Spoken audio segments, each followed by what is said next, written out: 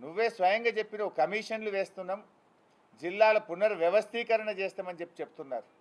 మొన్న నువ్వు వరంగల్లో ఉన్నప్పుడు నువ్వు డయాస్ మీద ఉన్నప్పుడే అక్కడ మీ కాంగ్రెస్ నాయకులు జిల్లాలు తక్కువ చేయాలని మాట్లాడితే నువ్వు సప్పట్లు కొడుతున్నావు, ముసిముసి నవ్వులు నవ్వుతున్నావు. అంటే జిల్లాలు రద్దు చేసే కుట్ర చేస్తున్నావు. ఇవాళ సిద్దిపేట ప్రజలు ఆలోచించాలి. దశాబ్దాల పోరాట ఫలితం, కేసీఆర్ గారి కృషి ఫలితం మన సిద్దిపేట జిల్లా.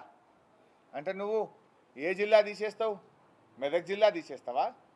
సంగారెడ్డి జిల్లా తీసేస్తావా? మా సిద్దిపేట జిల్లా తీసేస్తావా? భూపాలపల్లి జిల్లా తీసేస్తావా? ములుగు జిల్లా తీసేస్తావా?